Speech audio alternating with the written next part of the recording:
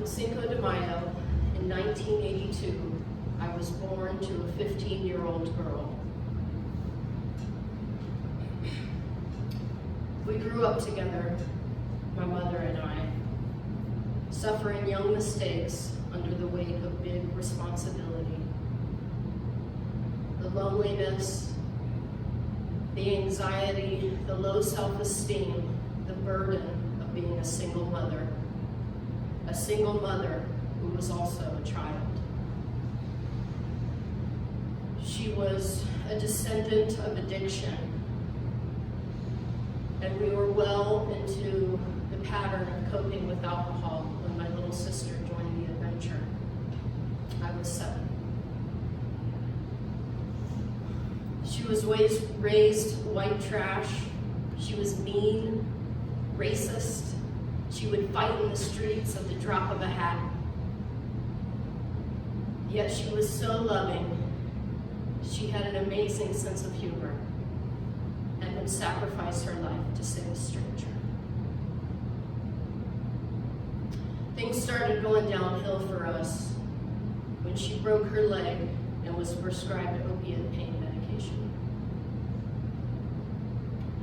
As the desperate demon of addiction pulled my mother further into the darkness, losing her became my greatest fear. Every day was a high-stakes gamble. Every day unpredictable. Any day could be the day that I would find her body. I was so afraid of losing her because losing her meant losing everything. On May 26th, we lost my great-grandmother to heart disease. It was 4 days later at her funeral that my mother failed to arrive. I knew something was wrong, even before the funeral director pulled us aside, and said the hospital called. Somebody needs to go there right away. Sometimes you just know. And I knew in that moment she was gone. I felt every emotion thinkable on my way to that hospital. Shock turned to rage as I reached for the hospital door, wanting to tear it off the building to expose this malicious lie. But it was true.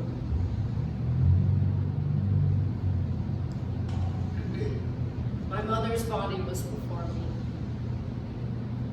A big tube in her mouth. The life gone from her eyes forever. She died from an overdose at age 34. My biggest fear became a reality. I was 18. Now I've told you my mother's story because her story was my story up until this point. In this moment, my story ends. You see, 2 days later, I graduated from high school. 3 months later, I moved to Pittsburgh and started college. 4 years later, I graduated with my 2nd degree. And after moving back home to Dayton and getting guardianship of my sister, I began my 13-year journey of leading large-scale collaborative art and bringing people together.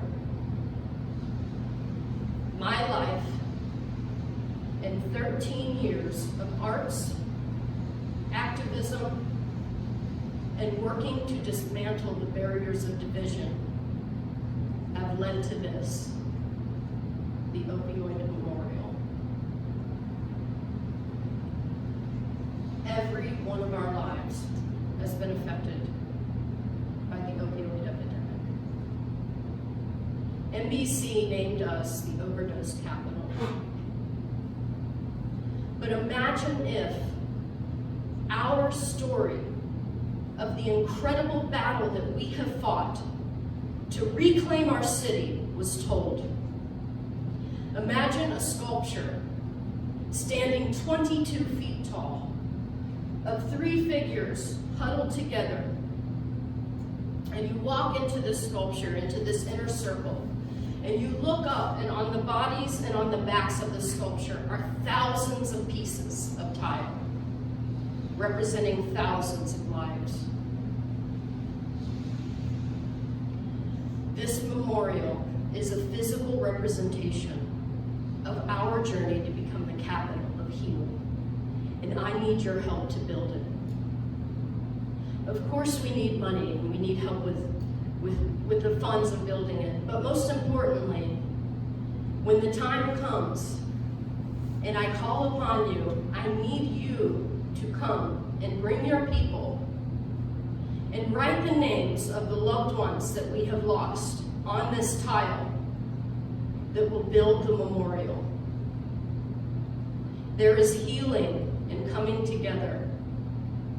And although our loved ones are gone, they are not lost if they're remembered.